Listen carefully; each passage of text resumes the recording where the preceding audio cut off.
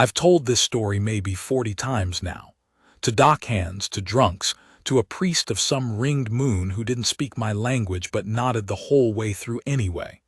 And every single time when I get to the part where they took off their veils, somebody in the room goes quiet. Every time. So let me tell it to you the way it happened, not the way it's been passed around and polished. The real way, with the sweat and the mistake and the smell of it. My name is Halden Voss. I fixed machines for a living on a rock at the edge of nowhere. And one afternoon I did something stupid, and it turned out to be the most important thing I ever did. Let me start where it started. There's a place called Ombra Crossing. You won't find it on the pretty maps, the ones the core worlds print for tourists. It sits on the third moon of a dead gas giant, right on the seam where 3 shipping lanes almost meet but don't quite. That almost is the whole reason the town exists. Ships that can't afford the fuel to go the long way come down through Ombra's dust to top off, trade, breathe.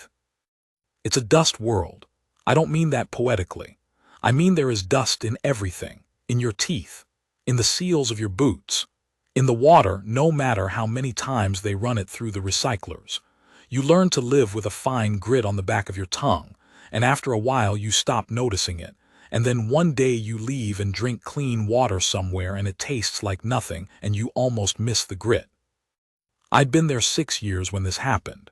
Came out on a hauler as an engine tech, meant to stay 1 season, save some credits, move on. Everyone says that. Nobody moves on. The crossing keeps you the way a low chair keeps an old man, not because you can't get up, but because getting up feels like more trouble than it's worth. I ran a repair bay off the East Market, 3 walls and a canvas roof that snapped in the wind. I fixed grav loaders, coolant rigs, prosthetic limbs, sometimes children's toys when a parent came to me with big eyes and no credits. I was good with my hands. That's the one thing I'll say about myself. My father was good with his hands, and his father, and somewhere back up the line, there's probably a man who was good with his hands and never once knew what a spaceship was, and I think about him sometimes. Now, you have to understand the market to understand what happened, so picture it with me. The East Market at Ombra Crossing runs a long, crooked line down a canyon that the wind carved before anyone got here. Both walls of the canyon are packed with stalls, dugouts, hanging cloth, cages of things that squawk. The middle is a wide dirt lane, wide enough for the big autonomous haulers. We call them mules to run cargo down from the landing pads to the storehouses. All day, every day, those mules go up and down that lane, low humming things the size of a small house, riding on grav cushions a hand's width off the ground. The crowd's the real thing, though. The crowd's the whole show. You've never seen a crowd like it. 20 species on a slow day. Rockback traders from the inner belts, 3 meters tall and slow as weather. Little Farron folk who chatter and cheat and are impossible to stay angry at. Ashpale pilots from the deep haulers who never take off their breathing hoods. Merchants, thieves, pilgrims, kids running underfoot. Smells of 40 kitchens all at once. Fried protein and burnt sugar and something the Farron cook that smells like a dead animal and tastes, I swear to you, like the best thing you've ever eaten. Humans were rare. I want you to hold on to that because it matters.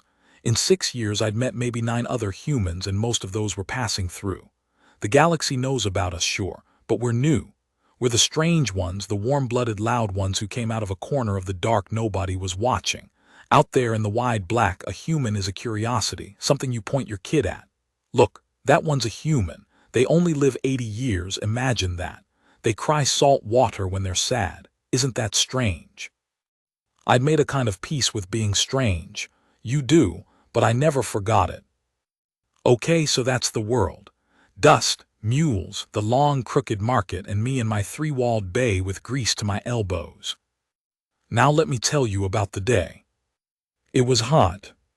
Hotter than usual, which at the crossing is saying a lot, because the gas giant we orbit throws down this reflected heat that comes and goes with the day cycle, and there's a stretch every rotation where the whole canyon just cooks. That day was a cooker. The cloth roofs hung dead. Even the Farron had gone quiet, sitting in their shade with their long tongues out, panting like dogs. I was under a mule. Not on the lane. One of the big haulers had come into my bay with a fault in its grav plate, listing to one side like a drunk, and the freight master wanted it fixed before his shipment window closed. So I had it up on jacks and I was on my back under 2 tons of machine, in the heat, with grit in my eyes, cursing a stabilizer coil that would not seat. I heard the other mule before I understood it. There's a sound a healthy mule makes, a low, even hum, steady. You stop hearing it after 6 years the way you stop hearing your own heart. And there's a sound a mule makes when its grav field is failing, and that sound is not even. It wobbles. It climbs and drops. It's the sound of something heavy that has forgotten how to be light. I heard that sound out on the lane, and my whole body went cold under all that heat. I rolled out from under my jack, stood up too fast, saw stars, and I looked down the market lane, and there it was. A cargo mule fully loaded coming down the slope from the north pads, and it was tilting, riding wrong. Its grav cushion had blown out on one corner and the whole machine was leaning, dragging that low corner along the dirt, throwing up a wall of dust, and it was picking up speed because it was on the slope and there was nothing to slow it. 2 tons of it. Then its cargo shifted and it was more. You have to understand how fast this is. From the first wrong note of that hum to the thing being a real danger, 3 seconds, maybe 4. There's no time in it. There's no scene where everyone realizes and starts to run in an orderly way.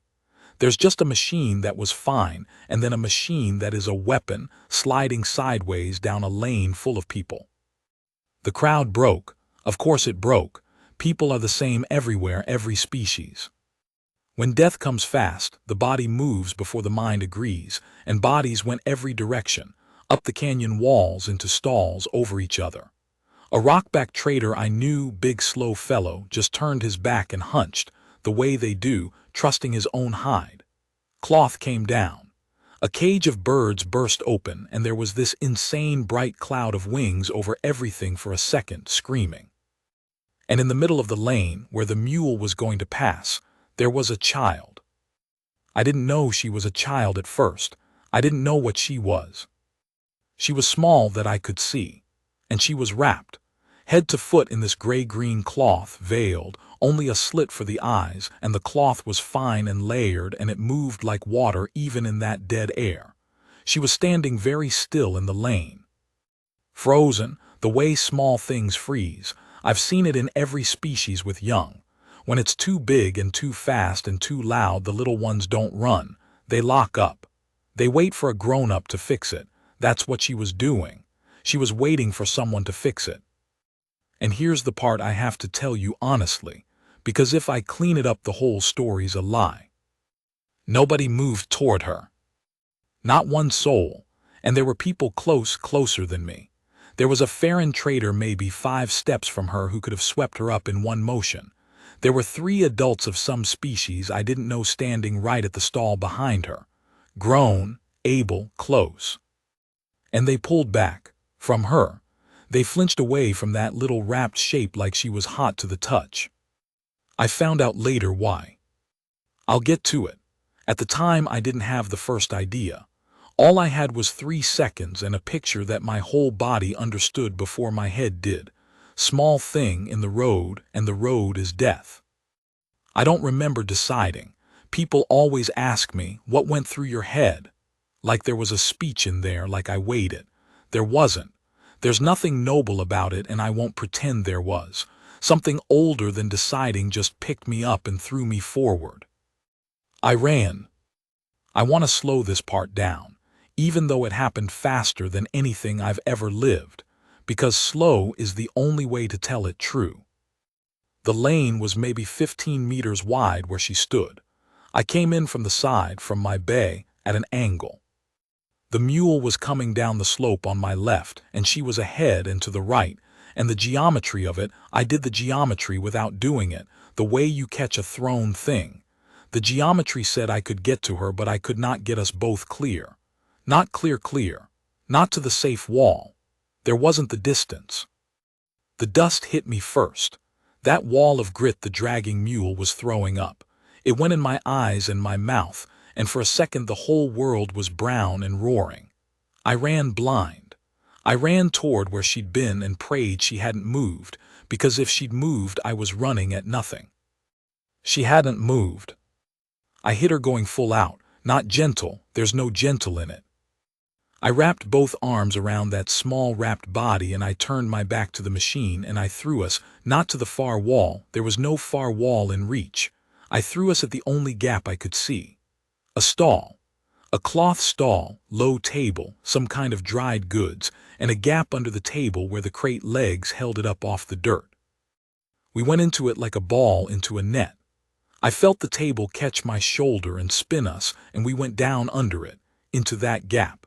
And I got my body over hers and pulled my knees up and made myself as small and hard as a man can make himself. The mule came through where we'd been standing. I felt it more than heard it. The ground bucked.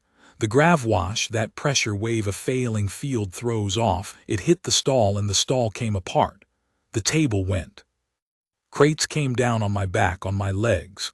Something struck the back of my head hard enough to fill my eyes with white light. And the noise, I can't give you the noise. It was the noise of a large thing dying at speed. It went past us and kept going, and I heard it hit something further down the lane, a storehouse wall I think, and there was a second, deeper crash, and then a sound like the whole canyon exhaling. And then it was quiet. Not real quiet, ringing quiet, the kind where your own ears are screaming and everything else is far away. I was still curled over her. My back was on fire where the crates had hit. Something warm was running down my neck, and I knew, in a distant sort of way, that it was my own blood. And I knew in the same distant way that it wasn't a lot, that heads just bleed like that I was probably okay. And under me, this small wrapped thing was shaking.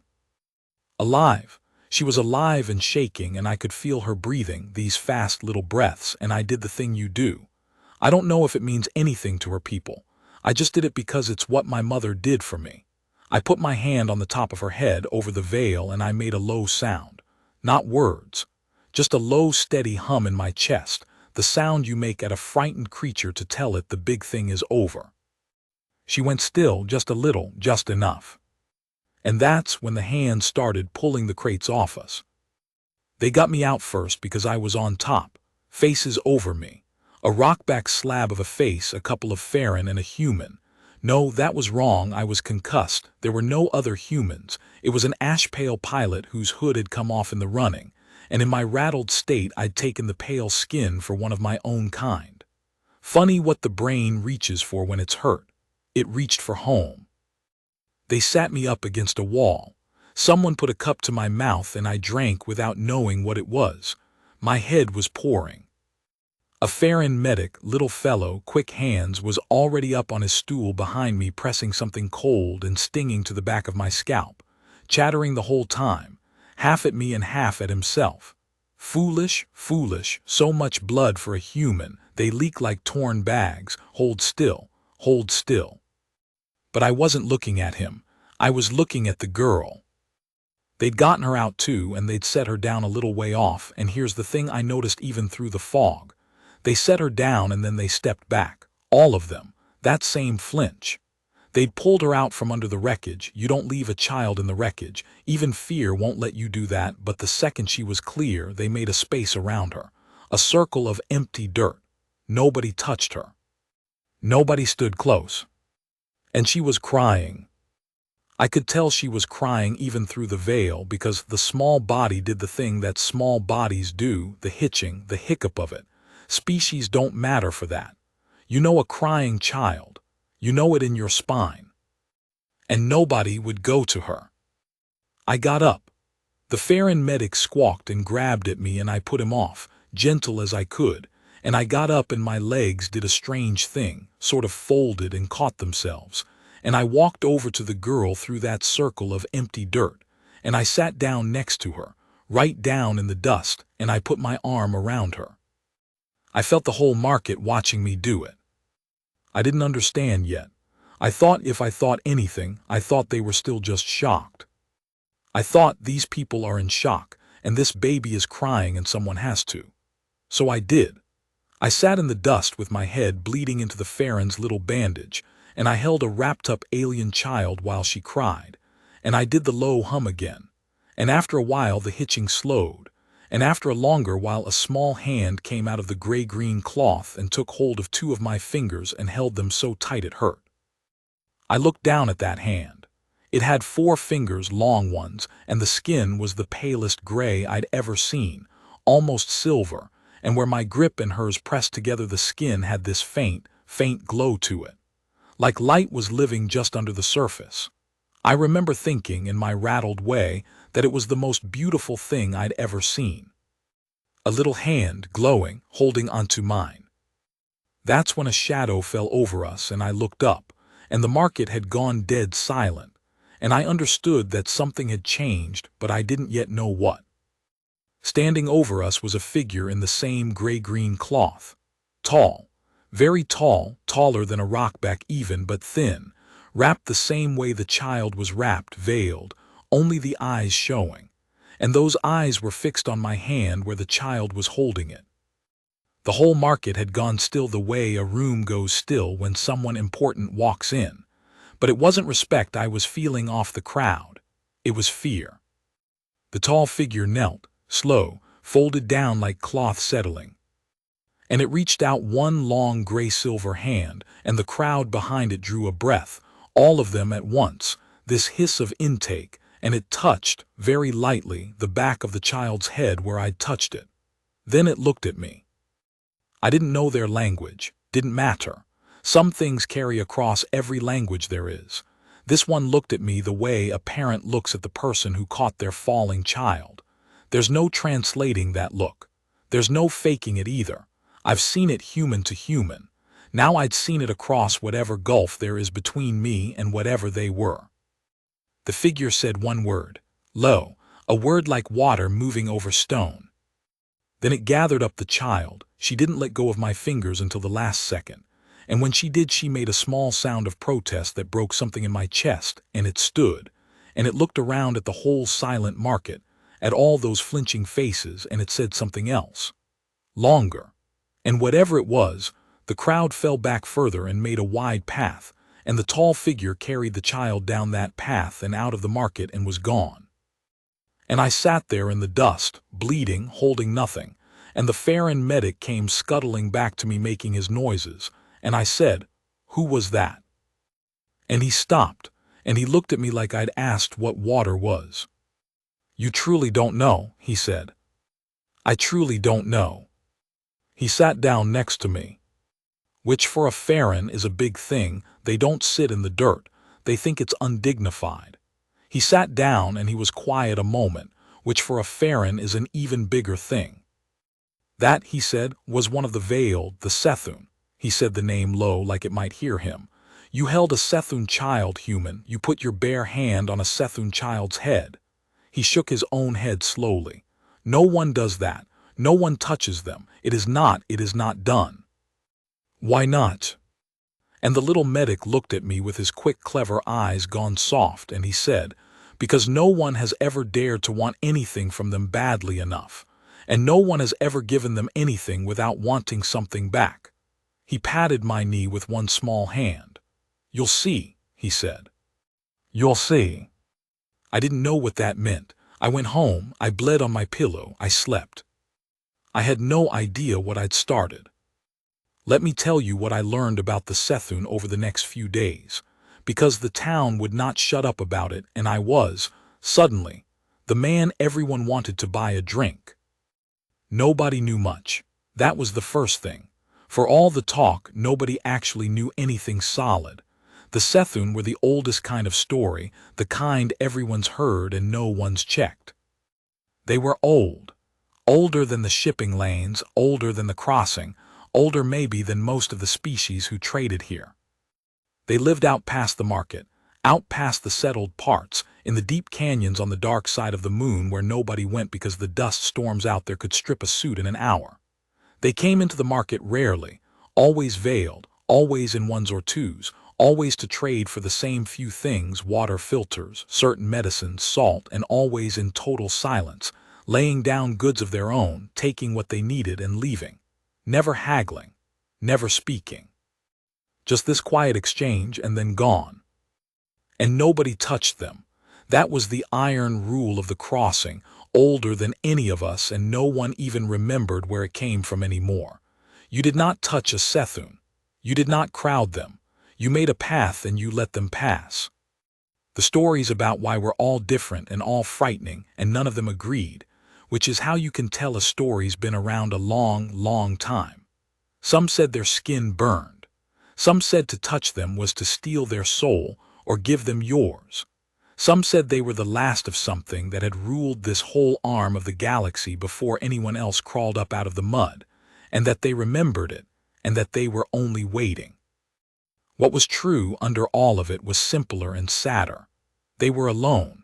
Whatever they'd been, they were few now, and old, and the galaxy had decided long ago to be afraid of them, and so they'd become the thing you leave alone.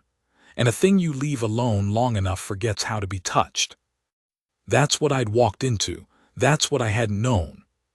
A whole market full of grown, able people who would let a child die in the road, rather than break a taboo none of them understood. And I hadn't broken it out of courage. That's what I keep telling people and they don't believe me. I broke it out of ignorance. I just didn't know I wasn't supposed to. Sometimes that's all bravery is, not knowing the rule that stops everyone else. But here's the thing. Here's the part that I turned over and over in my head that week, lying on my bloody pillow. She'd held my fingers. That little glowing hand had come out of the cloth and grabbed onto me and held so tight it hurt. A child who, by every rule the town knew, had never been touched by a stranger in her life. And the first stranger who touched her, she held on to like a drowning thing holds a rope. You don't leave a kid like that. I couldn't have. I don't care what the rule was, you just don't. 9 days later they came. I remember it was 9 because the freight master still hadn't paid me for the mule I'd fixed, and I'd been counting the days I was owed, which tells you the kind of small, dumb life I was living, the kind where you count days over a bill. It was evening. That short blue evening the crossing gets when the gas giant slides behind the moon and takes its glare with it, and for 1 hour the light goes soft and everyone comes out of the shade and the market gets loud and good. I was closing up my bay, wiping down tools, thinking about food. And the market went quiet. Not all at once. It went quiet in a wave from the north end, rolling down the lane toward me, stall by stall, voice by voice, like someone was turning down the whole town with a dial. I straightened up with a wrench still in my hand, and I looked north up the slope, up the lane, and I saw them coming. I've tried a lot of ways to describe it. I'll just tell you what I saw. They came down the lane in a line. Not a crowd, a line, 2 by 2, walking slow, and there were, I counted later in my head going back over it, there were more than 100 of them, more than 100 Sethuun. And I want you to understand what that meant to the people watching because I only understood it from their faces. Nobody had ever seen more than 2 Sethuun at once. Nobody, ever, in the whole history of the crossing. And here were 100 of them and more, walking down the main lane in the blue evening light, all in that gray-green cloth that moved like water, all veiled, silent, and the market fell back before them and made a path the way you'd make a path for a flood. They were carrying things. Each pair carried something between them. Bundles, vessels, long-wrapped shapes, I couldn't tell what. And they were coming to me. I knew it before I could have known it. The line was aimed at my little 3-walled bay like an arrow. And I stood there in the mouth of my bay with a wrench in my greasy hand and my head still half bandaged, and I thought, clear as anything, this is it. This is where I find out the stories were true. This is where they take my soul or burn me up or whatever it is. And my legs wanted to run and I made them stay because, and this is the honest reason, because running seemed rude. That's it. That's the whole heroism of the moment. I stayed put because Running away from someone who's walking slowly toward you felt like bad manners. The line reached my bay and it stopped. For a long moment nobody moved. 100 veiled figures and one greasy human, and the whole market holding its breath behind them, and the blue light going gold at the edges as the evening turned. Then from the front of the line one figure stepped forward, the tall one. I knew it was the same one, the one who'd knelt over the child, the one who'd said the word like water over stone. I don't know how I knew, something in how it stood. It came to me, close, closer than anyone had let themselves get to a Sethuun in living memory, close enough that I could see, through the slit in the veil, that its eyes were the same pale silver as the child's little hand, and that they were wet. And then it reached up with both long hands, and it took hold of its own veil, and it took it off. The whole market made a sound, one sound out of 1,000 throats, low and shocked. I heard the Farron somewhere behind me actually cry out. I didn't know in the moment what a thing I was seeing.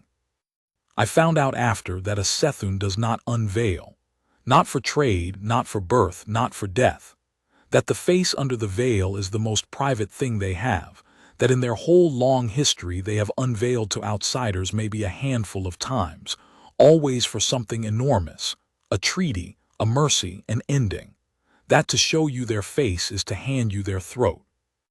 I didn't know any of that, I just saw the face. It was a long face, narrow, that pale silver skin, and it did glow, faintly, all over, that same living light I'd seen in the child's hand, brighter at the hollows of the temples and along the jaw, so that in the falling dark the face was its own soft lamp. There was no nose like mine, just 2 slim slits, and the eyes were huge and silver and running with tears, and the mouth was wide and thin, and it was doing something I understood completely, across every gulf of species and time and dark. It was trying to smile, and it didn't quite know how, like it had seen smiling done a long time ago and was reaching back for the shape of it. And it spoke, in my language, broken and slow, and each word laid down careful like a stone across a stream, but my language. They'd learned it. In 9 days they'd found my language and learned enough of it to say this to me in it, so that I would understand, so that it wouldn't have to pass through anyone else's mouth. You, it said, human, you did not know. I said no. I didn't know. You did not know she was forbidden. It found the word and set it down and looked at me to see if I understood it. I did. You did not know that no one helps us. You did not know the cost. No, I said, my voice wasn't working right. I just saw a kid in the road. The silver eyes ran over. A kid, it repeated soft, tasting the small human word. In the road. It reached back with one hand without looking, and from the line behind it a smaller figure came forward and took that hand, and it was her. The child. I knew her at once. She was unveiled too, her small silver face glowing, and she looked up at me with those huge wet eyes, and she let go of the tall one's hand, and she crossed the last of the distance, and she pushed her face into my leg and wrapped both arms around it and held on the way she'd held my fingers, tight enough to hurt, like a drowning thing holds a rope. I put my hand on her head, bare hand, on a Sethuun child's head in front of the whole market, and this time I knew what it meant and I did it anyway, and I heard the crowd behind me make that sound again. The tall one watched me do it, and now the smile came. It came all the way. It cracked that ancient careful face right open, and it was the strangest and most beautiful thing, a Sethuun learning to smile in real time, remembering how, and the tears came faster, and it said, for 1,000 years, it said, no one came, we stopped waiting. We taught our young, no one comes, do not hope for the hand, there is no hand. It stopped, its throat worked. And then, a human, who did not know he was not allowed. It knelt again, down to my level, the way it had knelt over the child in the dust. And it took my free hand, the greasy, scarred, ordinary hand, in both of its long glowing ones, and it held it the way its daughter was holding my leg. And it said the thing I've carried with me ever since, the thing I'll carry to whatever comes at the end. You are so young, it said. You're kind, so small a time you live, 80 years. We watched you come out of the dark and we thought, what can such a brief thing know?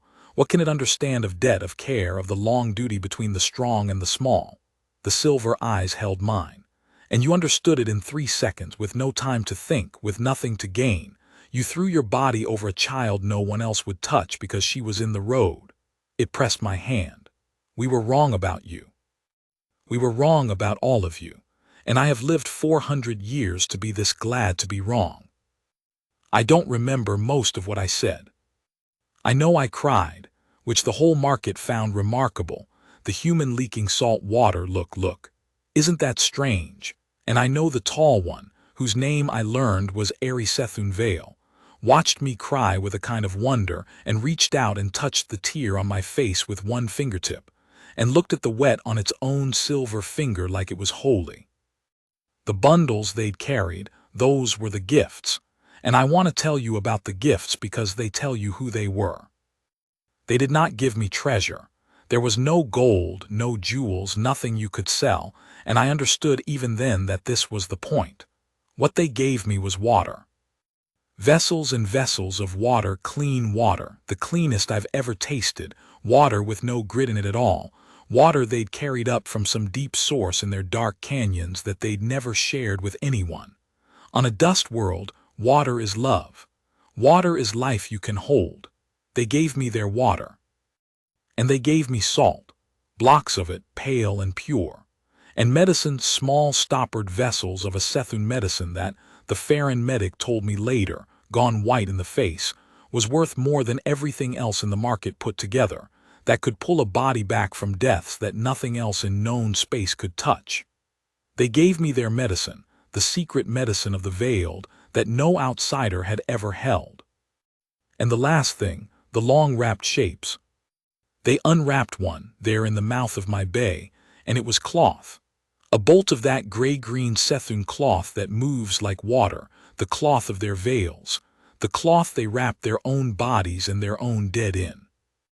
And Airy took it up in both hands and shook it out, and it flowed in the blue air like something alive, and it draped that cloth over my shoulders, over my greasy work clothes and my bloody bandage, and it stood back and looked at me wearing it, and the whole line of Sethuun behind it made a sound, a low sound, all of them together, and I didn't know what it was, and Airy saw me not know, and it said, "Now you are not a stranger. Now there is no rule that says do not touch you. You wear our cloth. You are." It searched and found the word, and gave it to me like the most precious of all the gifts. You are ours. They stayed the night. That's a thing that had never happened either. The Sethuun didn't stay. They came, they traded, they left before dark. But that night more than 100 of them stayed in Ombra Crossing, and they camped in the market lane in the very place the mule had run. And the whole town, those same people who'd flinched, who'd made the circle, who'd let a child stand alone in the road, the whole town came out slow and shy in the dark to look at them, to see the faces, because the Sethuun kept their veils off that night, all of them. As if, having shown their faces to me, there was no longer any reason to hide. And the town saw that they were just people. Old, strange, beautiful people who glowed in the dark and had been alone so long they'd forgotten the shape of a smile. And I watched a thing happen that I will never forget. I watched a rockback trader, the big slow fellow who turned his back and hunched when the mule came. I watched him walk up to an old Sethuun and stand there a long moment, and then slowly, hold out one huge slab of a hand. And the old Sethuun looked at it, and reached out one long glowing hand, and they touched. And nobody died, and nobody's soul got stolen. 2 old lonely people from 2 old lonely species just touched hands in the dark, 1,000 years of fear coming apart in the space of a breath, and I had to look away because I couldn't watch it and stand up at the same time. The little girl slept against my side that whole night, wouldn't be moved. I sat with my back against the wall of my bay, wrapped in Sethuun cloth, and she curled up against me and slept, and every so often her small hand would find 2 of my fingers and check that they were still there, and hold on and let go back into sleep. And Airy sat across from me and taught me words, and I taught it words, and we passed the whole soft blue then black night that way, two people from opposite ends of everything, learning how to say small things to each other. I asked it near the end, when the sky was thinking about going gray. I asked it the thing I'd been afraid to ask. Why didn't the others help her? You're your neighbors, the market. They're not bad people. I know them. Why did they let her stand there? And Airy was quiet a long time, and then it said, "Fear is a habit, same as kindness. You practice it and it becomes easy, and then it becomes the only thing you know how to do." It looked down at the sleeping child. They feared us for 1,000 years because their fathers feared us and their fathers before, and no one ever once stopped to ask why. Fear does not need a reason to keep going. It only needs a beginning and time. It looked up at me, the glow of its face in the last of the dark. "You broke the habit," it said, "not with a great deed, with a small one. You did the one thing no one had done in 1,000 years. You forgot to be afraid." And now it gestured out at the market, at the rockback still sitting with the old Sethuun, at the whole town come out to touch the untouchable. Now they are all forgetting too. One small thing, see what it undoes. That was years ago now. The Sethuun aren't strangers at the crossing anymore. They come in numbers unveiled, and they trade with their voices like anyone, and their children play in the market lane with Farron children and rockback children, and no one makes a circle of empty dirt around them ever again. The iron rule of the crossing, the one older than any of us, it's just gone. Nobody even tells the old frightening stories anymore. There's a new story now, and I'm in it, which is a strange thing to live inside of. The girl, her name is Acela. She's not so small anymore. She comes to my bay most days after her lessons, and she sits on the bench and hands me tools and gets grease on her glowing silver hands, and her mother pretends to be scandalized and isn't. She calls me a word in her language that Airy won't quite translate for me, just smiles that smile it finally learned how to do, and says, "It is close to the one who came. It is close. Your tongue has no exact word. Yours is too young a tongue." And then it always adds, because it likes to needle me, "You will grow into it. Give it 1,000 years." I won't have 1,000 years. That's the joke between us, and it's a sad one, and we both love it. I'll have my 80, less the years I've already spent, and they know it, and they've decided to love me anyway, which, when you think about it, is the bravest thing in this whole story. Not me running at a mule. Them. Choosing to love a thing that dies so soon. Opening a door they know will close. I asked Airy about that once. Why bother? Why let a whole people fall in love with someone who'll be gone before their own children are grown? And it told me the last thing I'll leave you with. The thing I think about when the day cycle turns blue and soft, and I sit in my bay wrapped in gray-green cloth watching a silver-handed girl who is not my daughter, and is entirely my daughter, hand me a wrench. Airy said, "We lived 1,000 years without being touched, and we called it safe." Then a brief, warm creature who lives no time at all threw himself at a machine for a child he did not know, and taught us that 1,000 safe years are worth less than one afternoon of being loved. It put its long, glowing hand over mine. "You are right. You will die soon, and we will grieve you longer than your whole life will have lasted." The smile. "And it will still have been worth it. That is what your kind taught the oldest people in the dark. That a small, warm thing, quickly gone, is worth any amount of grief. You measure your lives in years," it said. "We have stopped. Since you, we measure them in who touched us." I still don't have a good word for what Acela calls me. My tongue's too young. But I think I know what it means now. It means the one who forgot to be afraid. I told you the first half of this story like it was the whole thing. The mule, the child in the road, the 100 veiled people who came down the lane in the blue evening and took off their faces for me. I used to end it there because that's where it feels like it should end. A good ending. Everybody happy. But that's not where it ended. That was just where it got quiet for a while. The rest of it, the part I don't tell as often, the part where I found out what my one small, stupid, brave thing had really set loose.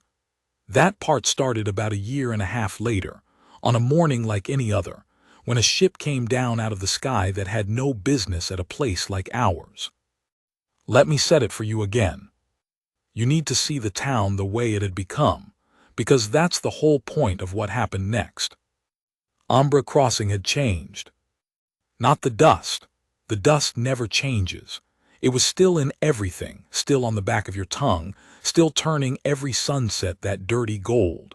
But the town under the dust was a different town than the one that had let a child stand alone in the road. The Sethuun lived among us now. That's the plain fact of it, and it still stopped me sometimes, midday, tool in hand. I'd look up and see 3 of them at the water stall, unveiled, silver faces glowing faint even in daylight, haggling like anybody, and I'd have to stop and remember that 18 months ago the whole town would have frozen and made a path. Now nobody looked twice. That's how fast a thing can become normal once you let it. Terrifying, really. The fear had held for 1,000 years and it came apart in a season, and then being unafraid became just as ordinary as being afraid had been. People are like that. We're built to think whatever we're standing in is the way things have always been. They'd opened a lane of their own at the north end, near my bay, the Veiled Row, people called it, though nobody wore veils there anymore. They traded their water and their salt and quietly, carefully, a little of their medicine, and in return the town gave them what they'd never had: neighbors, kids to run with their kids, someone to sit with, someone to notice when an old one didn't come out for a few days and go knock. Acela practically lived at my bay. She was taller now, up past my elbow, all long silver limbs and too many questions. She could strip a coolant rig faster than most grown techs I'd trained. Her mother, Ari, had learned my language so well by then that it teased me instead of stumbling. It had opinions about my grammar, which is a strange thing to be corrected on by a 400-year-old alien. And me?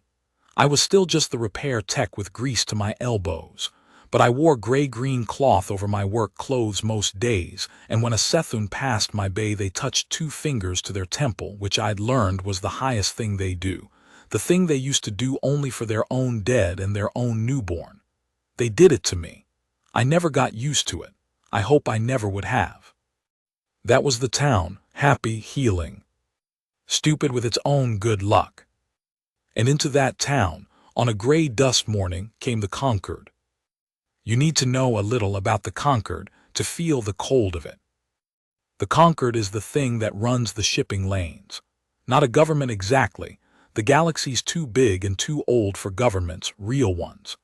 The Concord is more like a company that got so large it forgot it was a company and started thinking it was the sky. It licenses the lanes. It taxes the crossings. It has soldiers and courts, and a very calm way of taking things that leaves you feeling like you must have signed something once, years ago, that made it all legal. The crossing had always been too small and too poor to interest them. We were a fuel stop on a dead moon. There was nothing here worth a Concord ship's landing fee. There hadn't been, until the medicine. I found out later how it traveled. A trader took a vial of Sethuun medicine off-world, and it saved a man who couldn't be saved, and the man was rich, and the rich talk to the rich, and word climbs. Word always climbs.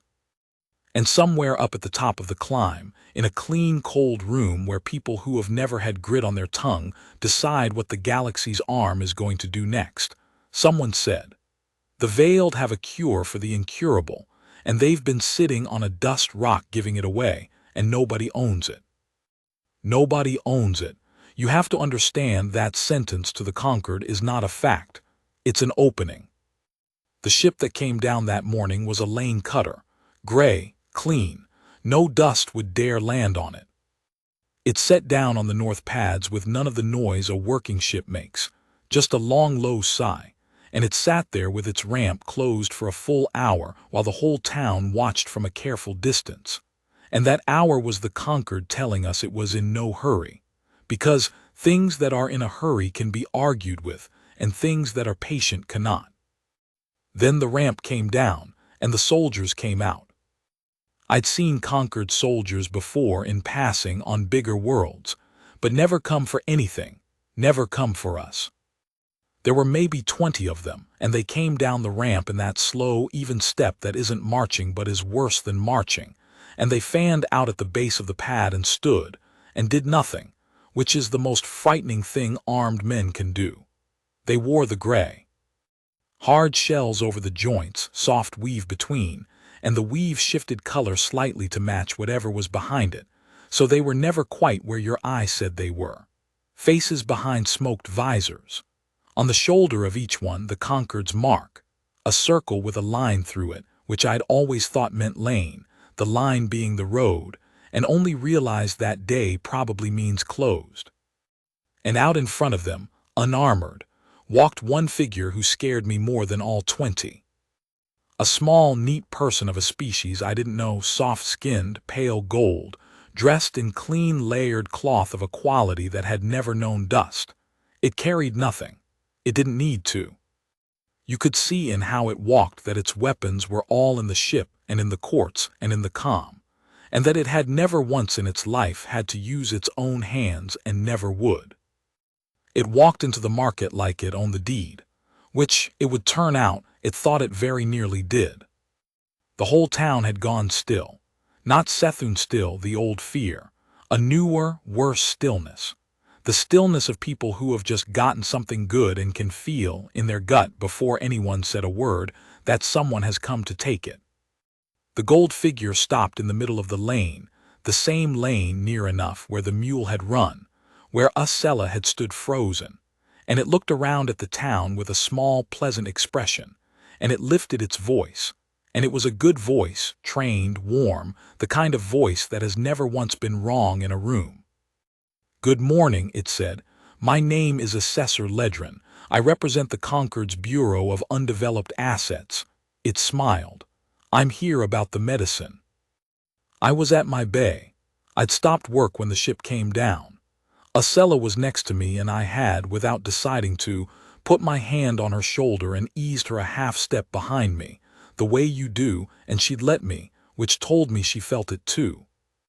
Ari came up the road toward me, fast, cloth flowing, and stood at my side, and the two of us watched the assessor work the crowd. And it did work them. That was the horror of it. It didn't threaten. It explained. It explained, in that warm, reasonable voice, that the Concord had become aware of a medical compound of extraordinary value being produced here.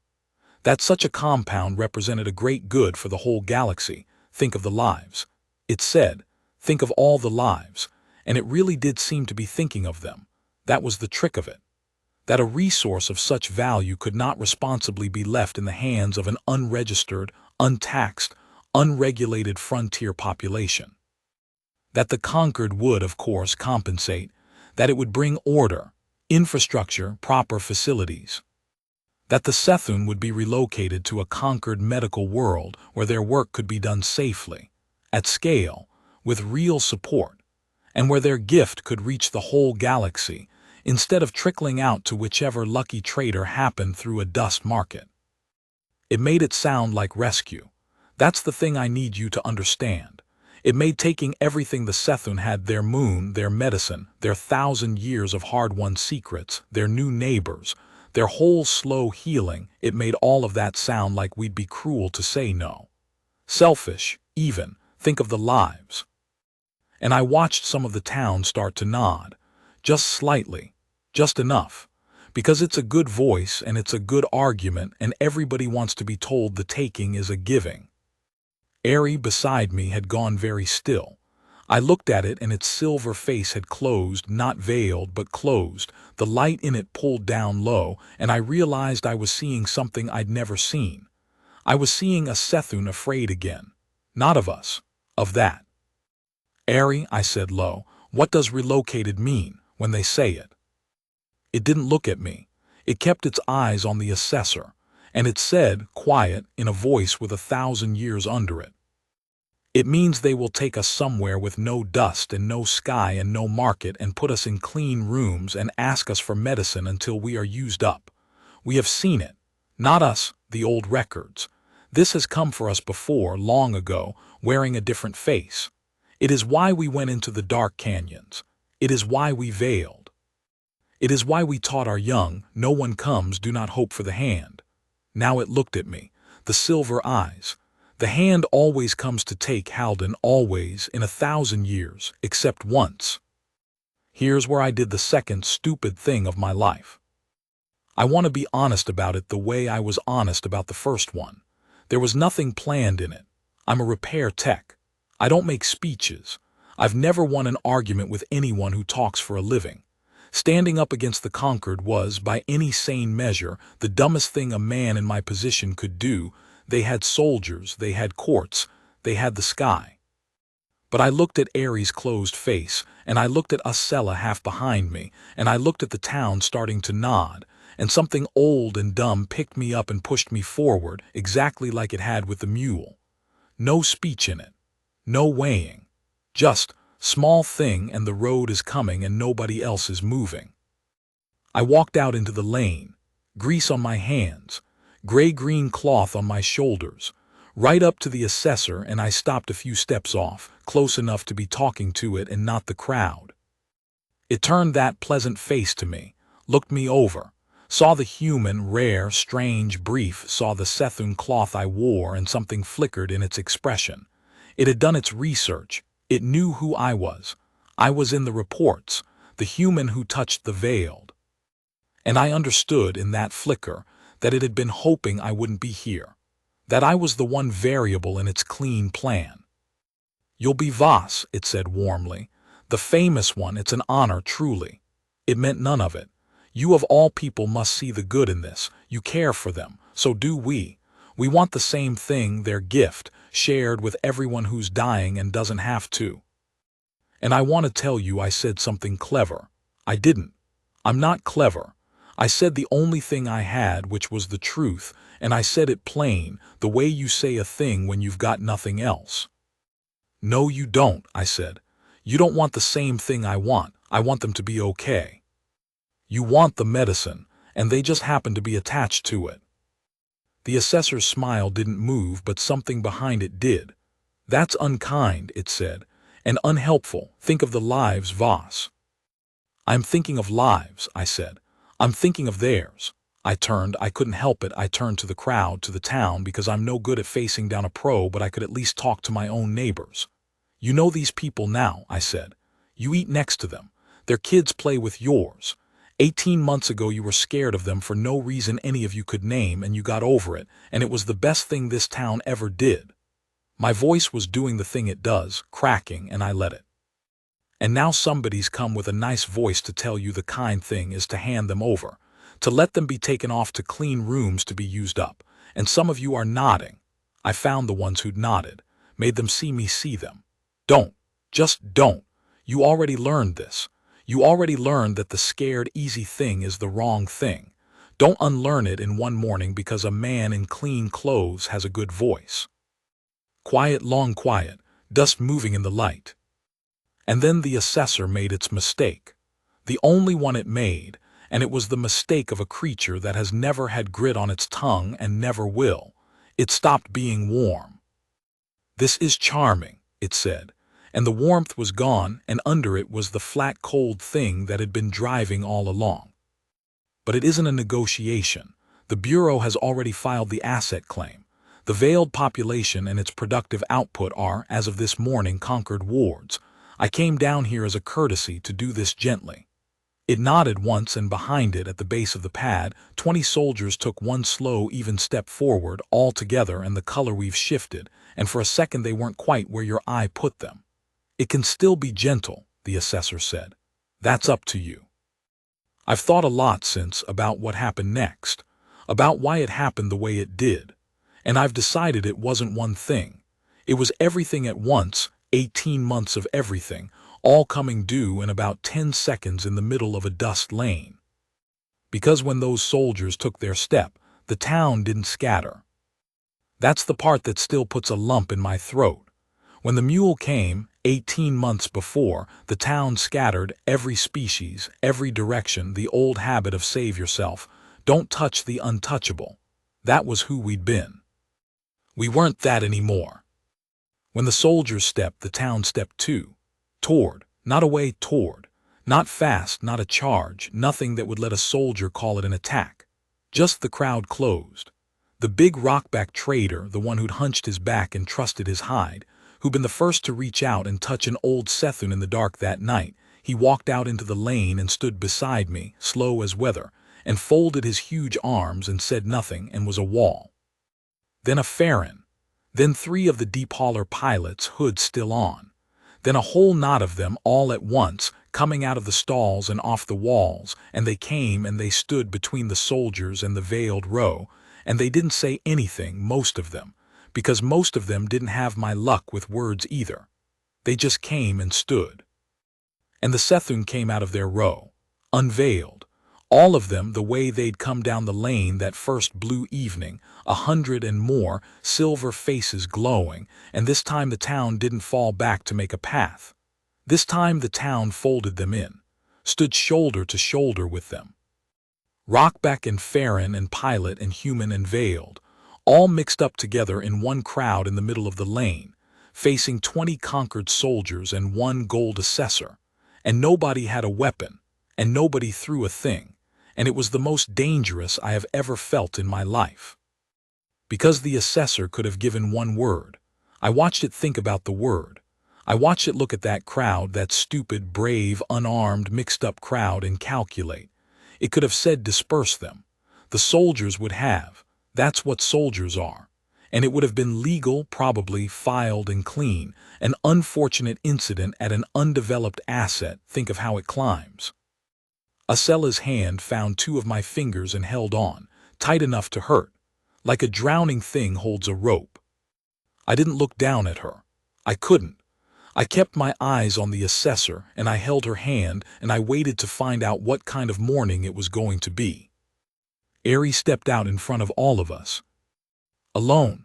Out of the crowd into the open lane, into the space between the town and the guns, and it stood there, and it looked very old and very thin, and it was not afraid anymore. I could see the light in its face come back up full, that living glow, brighter than I'd ever seen it.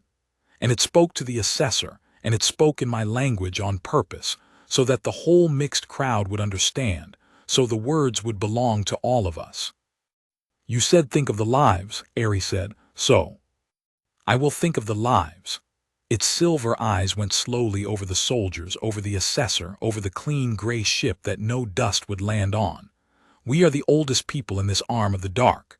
Do you know what the old know that the young do not? The old know that everyone who has ever come to take us said think of the lives. Everyone, for 1,000 years. They always came for our good. They always brought us order. And every time we went smaller into the dark and veiled deeper and taught our children not to hope, and we called it surviving. It took a breath. It was not surviving. It was dying slowly with the lights off, so no one would grieve. It reached back without looking, and Acella let go of my fingers and went to it, and it put its hand on the child's glowing head, the way I once had, the way that started all of this. Then a brief warm creature ran at a machine, Ari said, for a child no one would touch, and did not ask for anything, and we learned that we had been wrong about the hand, that it does not always come to take. It looked at me 1 second and then back at the assessor hard. You want our medicine. Here is the thing you did not put in your reports, assessor. It is not a thing you can take. It is not in a vault. It is not a machine you can move to a clean room. It is made in trust by hands that must be willing, from a source we will not show to anyone who comes with soldiers behind them. Take us to your clean world. Use us up. You will get nothing. We have died in silence before to keep it from hands like yours, and we will do it again, and this time, and here its voice did a thing, went low and terrible and proud. This time we will not die alone in the dark where no one grieves. This time we will die in the light, with our neighbors' arms around us, and every ship that comes through this crossing will carry the story of what the Concord did to a town that finally learned to love. Quiet. Total. And then the rockback beside me said in his slow, deep voice, the first words I'd heard him say all day, yes, just that. And a Farron said it, and a pilot, and it went through the crowd like water finding its level. Yes, yes, not a shout, just 100 quiet voices agreeing to something, and I said it too. And Acela said it, her small voice, and the whole lane full of us stood there and said yes to the worst thing, said we would rather lose everything together than let one of us be taken alone. I've replayed the assessor's face 1,000 times. I don't think it had ever seen anything like it. I don't think its reports had a box for it. It had come to take a resource off a poor, undeveloped rock, and instead it was standing in front of a wall of every kind of person in the galaxy, all of them unarmed, all of them saying calmly, "You'll have to go through all of us, and we'll make sure everyone hears how." And the Concord, whatever else it is not stupid. That's the thing. It's not cruel for the joy of it the way small bullies are. It's cold, and cold does arithmetic. And the arithmetic that morning had changed. A quiet asset seizure on a forgotten moon that climbs nicely. A massacre of an unarmed mixed town defending the untouchable veiled who'd finally come out of the dark. That climbs too, but the wrong way, and it keeps climbing, and it lands on the Concord, and it stains. And stains cost more than any amount of medicine is worth. The assessor stood there a long moment, and then it did the thing that cold things do when the arithmetic turns. It found a way to make retreat look like generosity. "I see," it said. The warmth came back on like a light.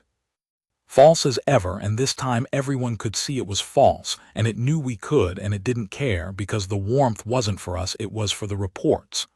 "I see that I've misjudged the situation. The Bureau prefers willing partners.